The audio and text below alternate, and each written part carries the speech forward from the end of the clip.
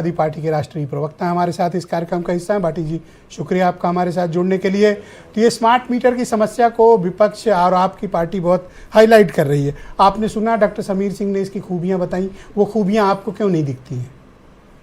नहीं, समीर जी की बात में विरोधाभास है। वो कह रहे हैं कि स्मार्ट मीटर से उपभोक्ताओं को सुविधाएं बढ़ी थी तो वो शिकायत क्यों कर रहे थे, और फिर उन शिकायतों को मानते हुए सरकार ने इस पर रोक क्यों लगा दी। देखिए, सरकार का काम होता है नागरिकों को सुविधाएं देना, उनकी खुशी बढ़ाना, उन्हें प्रसन्न करना, उनकी रोजी रोटी की व्यवस्था करना।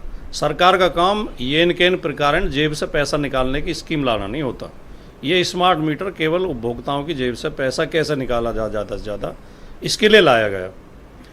एक समय एक स्थिति होती है जब स्मार्ट मीटर सही मान लिया जाएगा, लेकिन पहले उस स्थिति तक आप सुविधाओं को तो लेकर आइए। सुविधाएं तो आप देंगे सोमालिया जैसी और आप वसूली करेंगे अमेरिका जैसी, तो फिर विरोधाभास होना ही होना है। बिजली मिल नहीं रही लोगों को, और जो लोगों की आय इतनी नहीं है कि वो इतना खर्चा वहन कर सकें। ये प्रीपेड मीटर लगा देना, प्रीपेड में कई जगह तो ये शिकायत आई है कि उनके मीटर में पैसा है, इसके बावजूद कनेक्शन कट गया। शिकायत की गई है तो कंपनी का आदमी आता है शिकायत को। एक्चुअली पूरा टेक्नोलॉजी पर निर्भर है ना, सर्वर में कोई प्रॉब्लम आई। हाँ, तो टेक्नोलॉजी हमें इतनी विकसित कर नहीं पाए अभी जितना आगे हम बढ़ना चाह रहे हैं। हम अभी जिस दौर में हैं उस दौर में अगर पहले जिस तरह से उत्तर प्रदेश में बिजली के बिल वसूले जा रहे थे, गाँव में तो महीने का वसूला जाता था, मीटर ही नहीं होते थे। महीने का पैसा बता दिया मिनिमम और उतने पैसे ले लिए। ट्यूबवेल का यही था।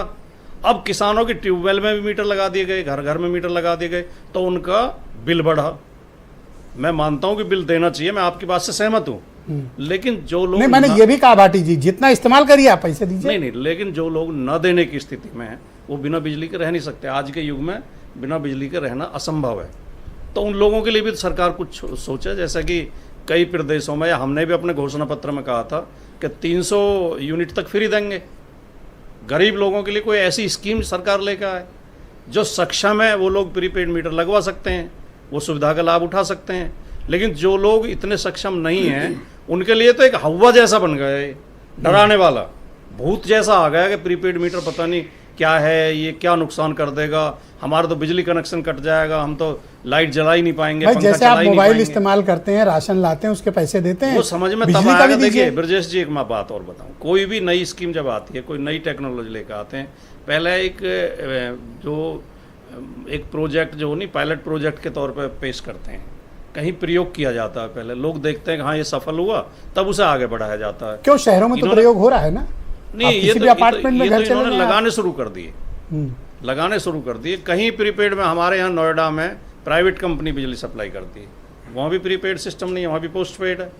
बिल आते हैं महीने के, बिल दिए जाते हैं, और उस कंपनी वो मुनाफे में चल रही है। जो ये अभी समीर जी कह रहे थे कि हमने सबको बिजली दें, बिजली तो 6 महीने पहले मिलनी शुरू गई थी। पावर प्रोजेक्ट तो लगाए अखिलेश यादव जी की सरकार ने, आपने तो कोई पावर प्रोजेक्ट लगाया नहीं। पार्टी स्मार्ट मीटर का विरोध करने का रीजन क्या है आपके पास? ये टेक्नोलॉजी नहीं आने देना चाहते हैं, या ये स्मार्ट मीटर गांव में लोगों के बीच शक और आशंका की वजह है, या ज्यादा तेज चलता है? ये टेक्नोलॉजी प्रीमेच्योर पोजीशन में लाई जा रही है, अभी हम उसके लिए सक्षम नहीं है, तैयार नहीं है। पहले सुविधाएं बढ़ाई जाएं, पहले बिजली का उत्पादन, बिजली की सप्लाई ठीक की जाए और लोगों का विश्वास अर्जित किया जाए। थैंक यू भाटी जी। और उससे इतना कम, मतलब ज्यादा महंगी ना पड़े बिजली। जी, बहुत शुक्रिया।